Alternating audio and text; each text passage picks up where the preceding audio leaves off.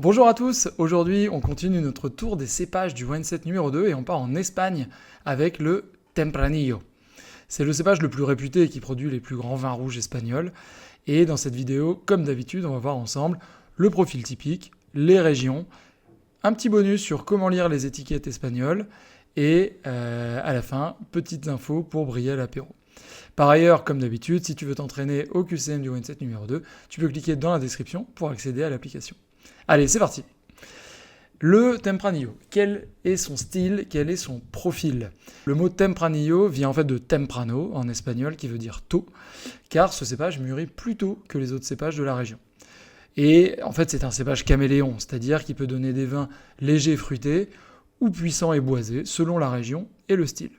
Globalement, dans le wine set, ce qu'il faut retenir, c'est que le Tempranillo va donner des rouges secs, à l'acidité moyenne, au tanin moyen et au corps moyen à puissant. C'est un vin moyen. Côté arôme, on va avoir des fruits rouges, fraises, cerises, des fruits noirs, prunes bleues, mûres, les arômes de bois assez classiques pour un vin rouge comme de la vanille, noix de coco ou cuir, des arômes tertiaires pour les très bons Tempranillo comme le champignon, le cuir et les fruits séchés. Pour favoriser la mémorisation des cépages, on pourrait se dire que le Tempranillo est en fait le cousin ibérique du merlot, avec une acidité moyenne, des tanins moyens, et qu'on retrouve dans le même type de climat chaud et tempéré. La différence entre les deux va plutôt se faire au niveau des arômes. D'ailleurs, en parlant de région, où est-ce qu'on va le retrouver? On va le retrouver dans les climats tempérés et chauds. Il y a deux régions clés à connaître pour le wine set numéro 2, qui sont toutes les deux en Espagne. C'est la Rioja, qu'on va retrouver au nord de l'Espagne, qui est très célèbre, qui est une région tempérée, et on va souvent voir des assemblages à dominant de Tempranillo, qui est souvent associé au Garnacha, Grenache, qui fera l'objet d'une autre vidéo.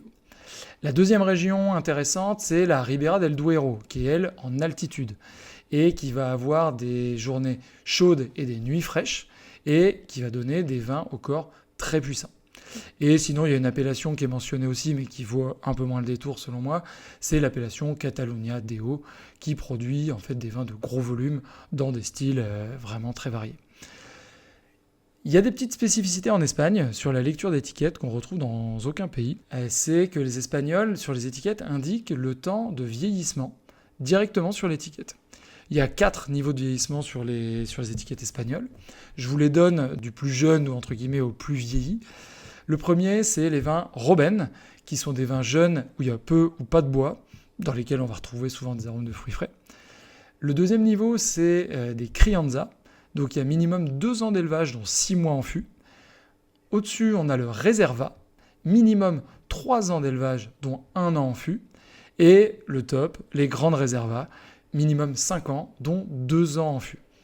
Rappelons que plus le niveau d'élevage est élevé, plus les arômes tertiaires de cuir, de champignons vont être présents. Je vous ajoute un petit bonus en parlant d'élevage qui n'est pas dans le manuel mais qui va à mon avis ravir les amateurs.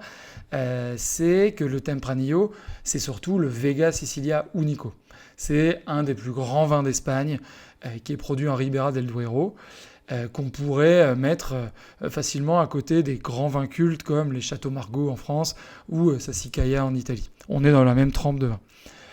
Globalement, on va retrouver un vin très rare, élevé jusqu'à 10 ans en cave, à base de Tempranillo bien sûr, mais aussi un petit peu de Cabernet, Sauvignon, et qui s'échange plusieurs centaines d'euros, voire milliers d'euros la bouteille.